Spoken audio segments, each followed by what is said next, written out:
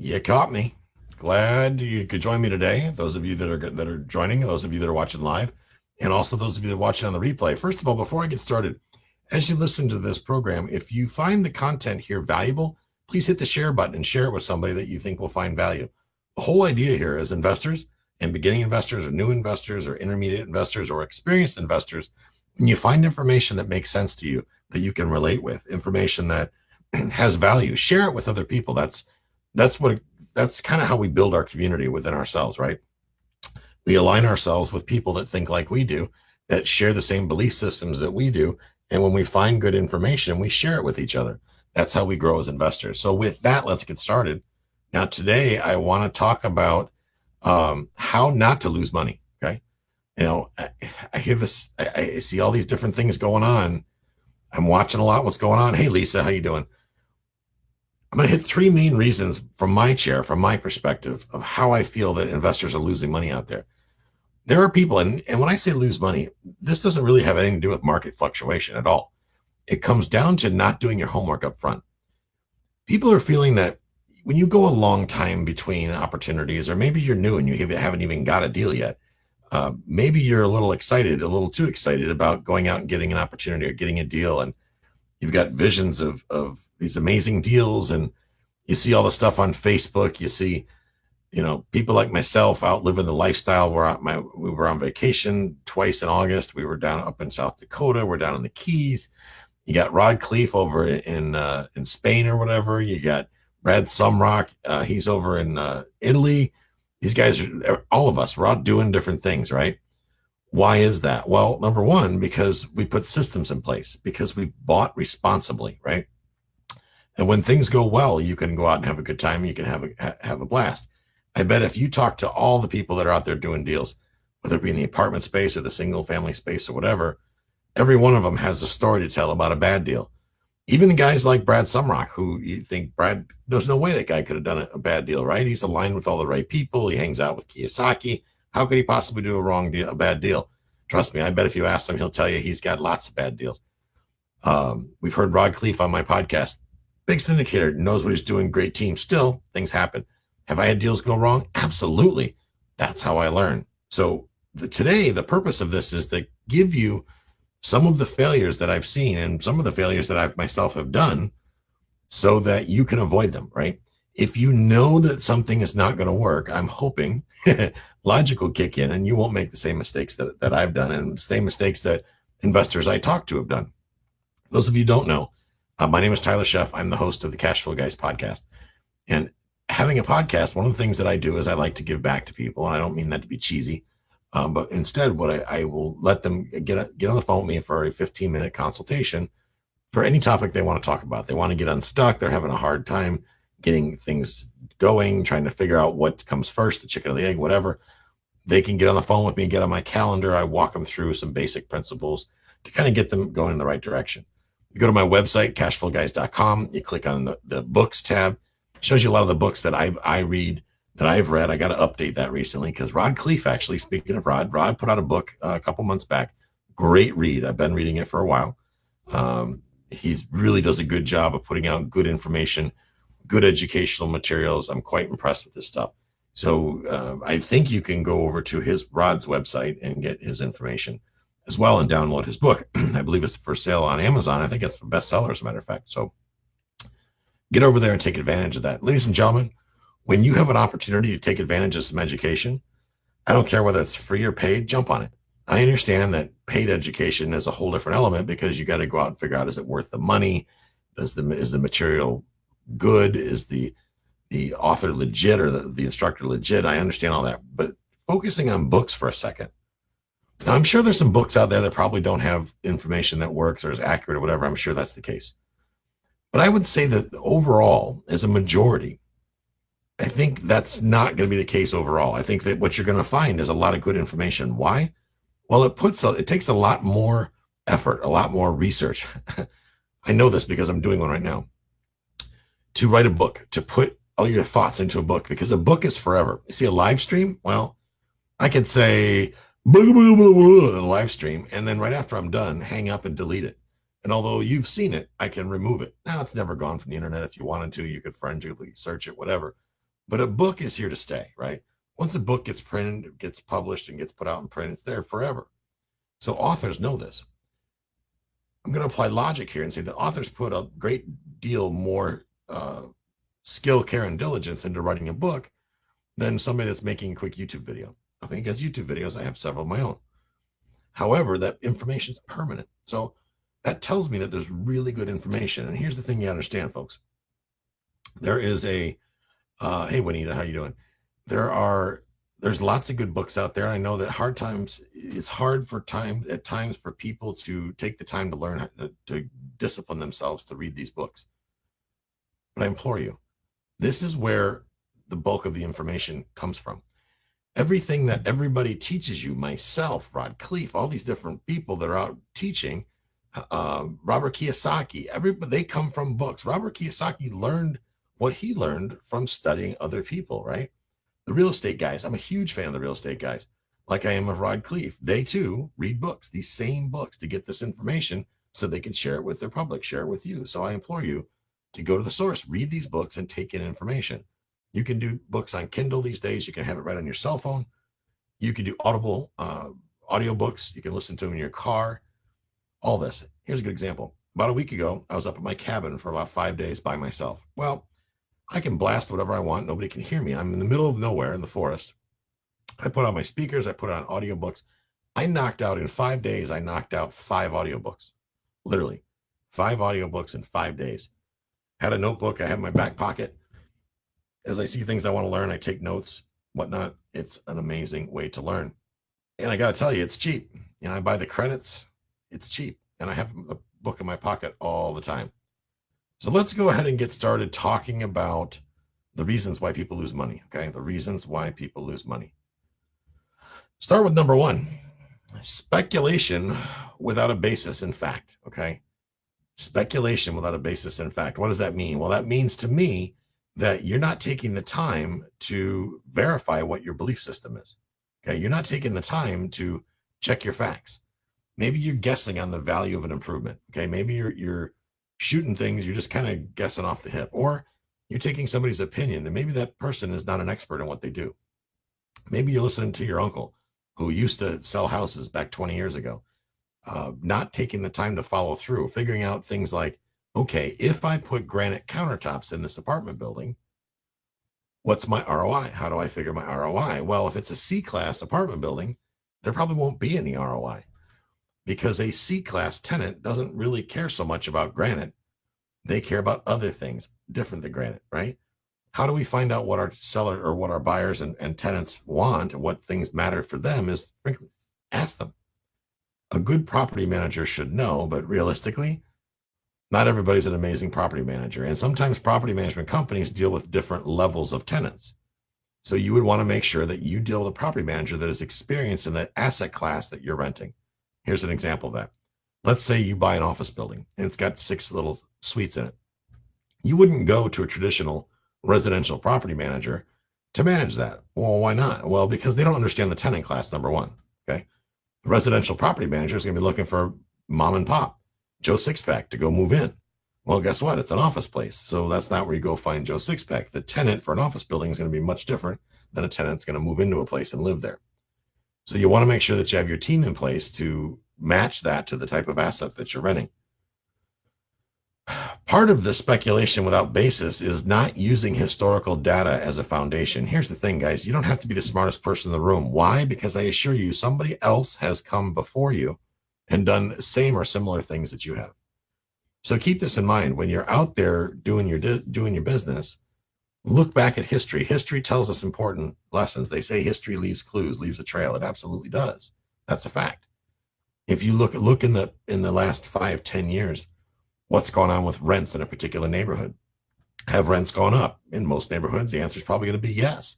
But let's say that rent has gone down in a neighborhood. Why would that be? Let's find out. You see, it doesn't mean that the market's totaled. It just means that something has happened to have an impact on rents in a market. Something has made things fluctuate. What is that one thing? We don't want to guess, folks. We want to ask questions. Hey, this place I saw that in 2008, you rented it for $1,000, and in 2010, you rented it for $900. Why? Well, realistically, it could be that maybe they got into financial trouble and they needed to rent them faster. They couldn't wait for a quality tenant, so they dropped the rent to get them rented faster. Who knows? My point is, do your research. Don't go off of the first number you see. I use a tool sometimes called Rentometer. Okay, some people call it Rentometer, whatever. It's a great tool that shows you advertised prices on rents. It does not show you what they actually agreed for. Basically, it scrubs Craigslist and places like that and takes data off of several different websites and kind of regurgitates it. You could type in, I've got a property at 123 Anywhere Street. It's a 2-bedroom. It's a house. How much should it rent for? It'll give you a high and a low. You can put your rent in there and it will tell you whether you're high, low, or just right. Okay. That data is not 100% accurate because it's going based on advertised rent prices. So if a tenant on one of those advertisements negotiated the rent down, let's say if it was $1,000 a month advertised and they got concessions like, well, can you rent it to me for $950 and I'll paint it myself or something like that? That's not going to be reflected in the data. So keep it in mind that there are a lot of factors out there that may have impacts on things. Okay. The key here, folks, if you're going to do some sort of a speculation, like even if you're buying multifamily or single family or anything like that, you have to know who you're serving. Okay. If you're flipping houses, you have to know who your end buyer is. Okay. If you don't know who the type of person, when I say who, I don't mean their name. Like, is it Juanita Johnson? Obviously, we don't know if she's going to buy the house or she's going to write an offer. But what type of buyer is Juanita Johnson? Okay, what does she do for a living? Is she employed? Is she retired? Is she of retirement age? Is she under retirement age? Is she still in college? Is she a first-time home buyer? Does she need down payment assistance? Or is she independently wealthy? These are they're questions that you're going to want to have for yourself so you can develop what they call an avatar or a kind of a idea of who your end user is. Now, that's if you're flipping a house or if you're a realtor, if you have a person in mind who most likely the buyer would be. And here's what I do as a realtor. I go into a neighborhood, I look at the neighborhood and go, okay, so in this neighborhood, do most people buy houses using like an FHA type loan product or a low down payment loan product? When I understand what my buyers and the way my buyers are most likely to buy a property, I can then distill that down to how I tailor my marketing to attract the biggest bang for my buck, right? Same thing goes as a landlord, for a rental property. You're going to have to figure out what type of tenants you're looking for. And I know everybody is thinking, well, I want the best tenants that never pay their rent late and they're always early and that they clean up after the place and they paint it for me. And, they come over and do my laundry on Saturday. We all know those tenants probably don't exist, right? Who would do that in their right mind? However, where will your tenants work? Here's a good example. I had a student looking at a property in Illinois. And one of the questions I asked him is, who are you serving? And by that, he's like, I don't know. I'm like, well, okay, so where are your tenants going to come from? This building at some point is going to change out tenants. So where are the new tenants going to come from? Who is the largest employer in the area? How far is that from your place? If your tenant's car breaks down, are they the type of person that's going to take the bus?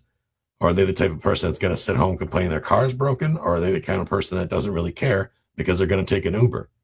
Those are 3 different types of tenants. You should know which one of those tenants is going to rent your property so that you can design it and make it so that it appeals to that tenant. Okay. I've told this story before, and I think I did the other day in a live session. I didn't listen to my property managers up in Tennessee at first. I thought I've been in real estate 18 years. I got this. Don't worry about it. You'll just collect the money. I got everything else. I went out and bought a whole bunch of air conditioners, thinking that if I put air conditioning in all my units, that the landlords or the tenants would always behave themselves because I gave them something that nobody else would give them. Well, the short story goes, they were all gone in a matter of days. And when I asked the people what happened to the air conditioner, the one lady was honest and said, I sold it. Why did you sell it? Well, because I'd never had air conditioning before. I've lived here 15 years or however long it was. So what made you think I want air conditioning? I don't need air conditioning. What I need is the $100 I got for the air conditioner, even though I paid $300, right? So not understanding who I was serving was a big problem. And that held me back quite a while. And I did a lot of improvements and things that I probably shouldn't have done because I wasn't listening to my boots on the ground. I wasn't listening to the people that I put in place to give me guidance in the first place. And ladies and gentlemen, I can tell you that gets dangerous real quick. So you've got to understand who you're serving. Let's see here. If you haven't already subscribed to my YouTube channel, please do. I will repost this replay on YouTube as well. I clean up the audio a little bit. Sometimes I'll replace it on, put it back on YouTube. I've also got a lot of other YouTube tutorials and videos, how to create mortgages, how to do creative deals, all that good stuff is housed on the YouTube channel. You can get there by going to tyler.tube, tyler.tube. That's my YouTube channel. Get over there, get subscribed, get on board. And if you leave comments, because I check the comments on there all the time. So engage with me, let me know that you're paying attention, and we will get you all the content that you need to help you go to the next level. Moving on. Mistake number 2 is assuming time, and I got a typo there, whoops. Assuming that time will make let me fix that real quick for you guys. Sorry about that.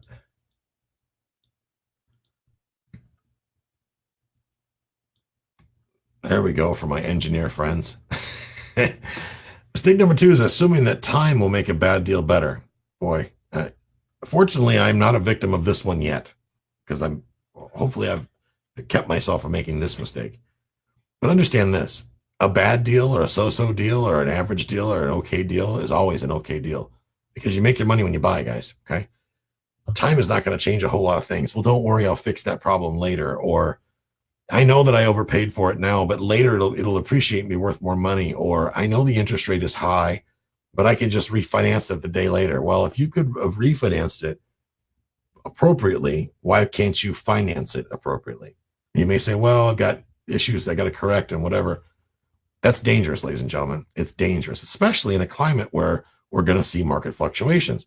Because the first thing that happens when markets start to shift and economies start to get unpredictable or get volatile is the banks pull back.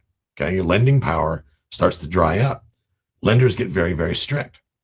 This is when they change underwriting guidelines. If you're a multifamily investor, right now they're underwriting properties, loans at 1.25 debt coverage ratio. For those of you in the game, you will probably see that change. Okay, it's going to jump up to probably 1.65. I know some lenders that have already made that shift to a 1.65 debt coverage ratio. Nothing wrong with that. I agree with it 100%. Frankly, if you 1.25 debt coverage ratio, which for those of you wondering, that means basically 125%. NOI is 125% of your mortgage payment. Okay, so that means that you've got enough money left over at the end of the month to make 1.25 mortgage payments.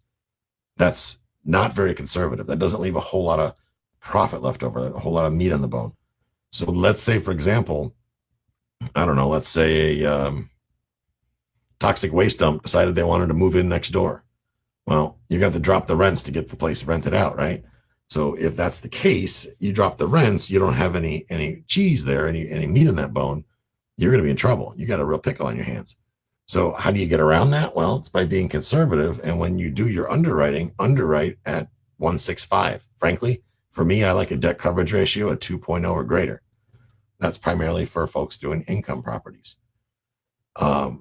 Be responsible when you're leveraging your properties, okay? Yeah, you probably should. You don't have to, but you probably should put some skin in the game, okay? Because what I find too many people doing is they're buying properties. I talked to a gentleman the other day that all of his properties are bought on credit cards, okay? That's dangerous. That's dangerous. I know people that have used it for down payments. When you start making bad deals in the front end, it's going to come back and bite you in the keister on the back end, I can tell you. I know a guy that ran around one town up north somewhere and bought up all these properties using literally unsecured credit cards and unsecured loans. And by doing so, he got himself in a real financial pickle, a major financial pickle. And of course, then when this happened, he was the kind of guy, he was kind of a tool. He started blaming everybody under the sun for his problem. I've talked to other people that have used credit cards as down payments, which again is still dangerous, but they're savvy enough folks where they could probably be lucky and get away with it.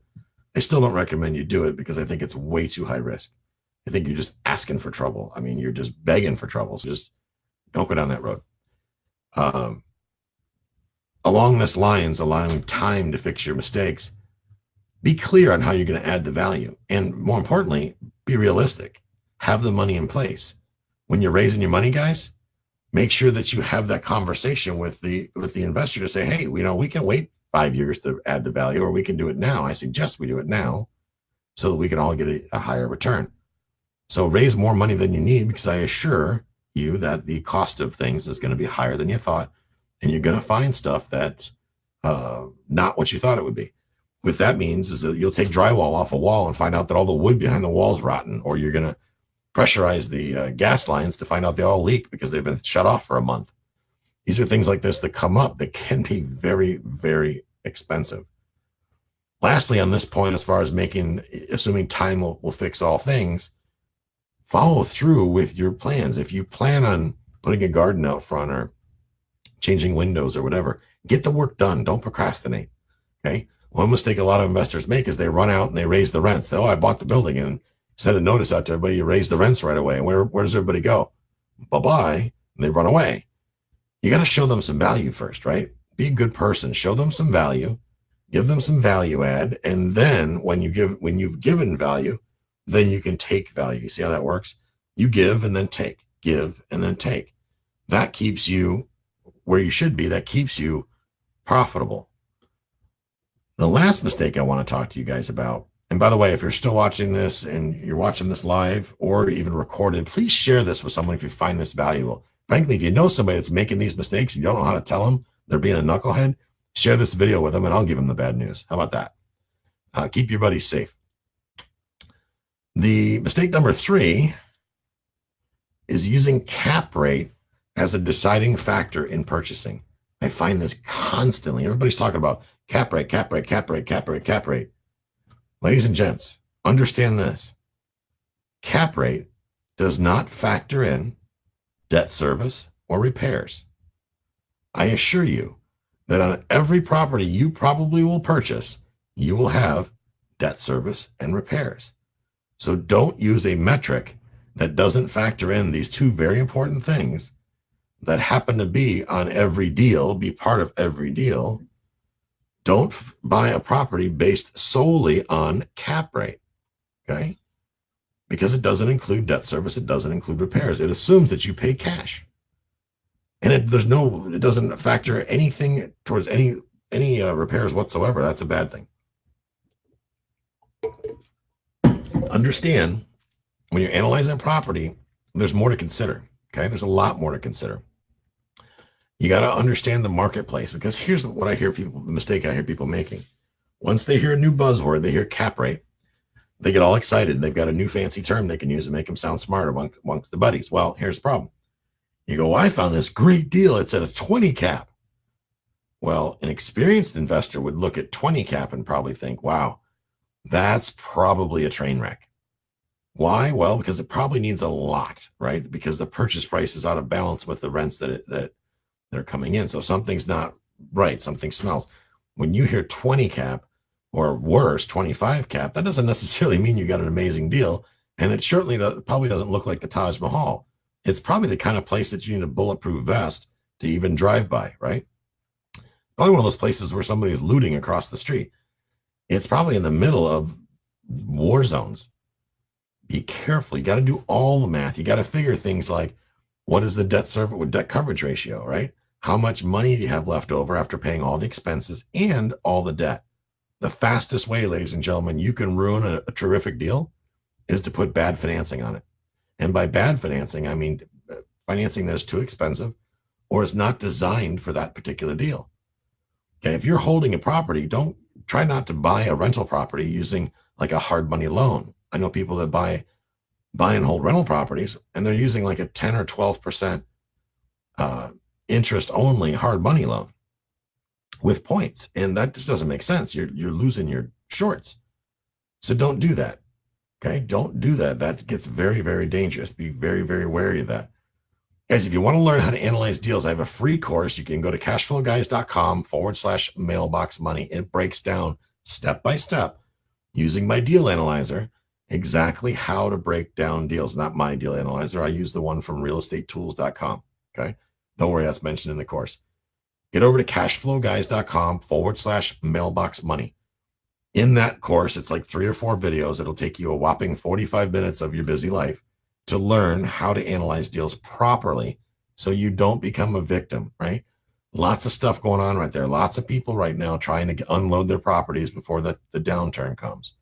And that means they're giving terms, they're doing all kinds of stuff to get rid of the properties because they decide that they want to get rid of the properties.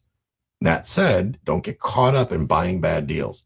Be very responsible with how you finance or how you leverage things. Look out to the industry leaders. Listen to people like Jonathan Twombly, Rod Khleif, Michael Blank, Robert Kiyosaki, myself. We're putting out information to keep you safe. Take heed of it. Okay, take advantage. When you see a free course like this, pull the trigger. Cashflowguys.com/mailbox money. Again, if you found this valuable, make sure you share it with somebody. If you like this, take the link, share it with somebody, or just smash the share button. Send it to somebody you know, email, whatever. Share it on Facebook, share it on YouTube. Share it around. That's how we spread this information. This information is designed to help you get financially free. Lastly, if you are on YouTube, please go over to my YouTube channel and subscribe. The fastest way to get there is to go to tyler.tube, tyler.tube. So it's instead of .com, it's .tube. TUBE is a different file extension or a domain extension. So tyler.tube. Please go over there and subscribe. Trying to see if I can get to 1,000 subscribers here in the next month or so. And that's one of my little personal goals. So we'll see you guys on the other side. I appreciate you taking the time today. Have a great one.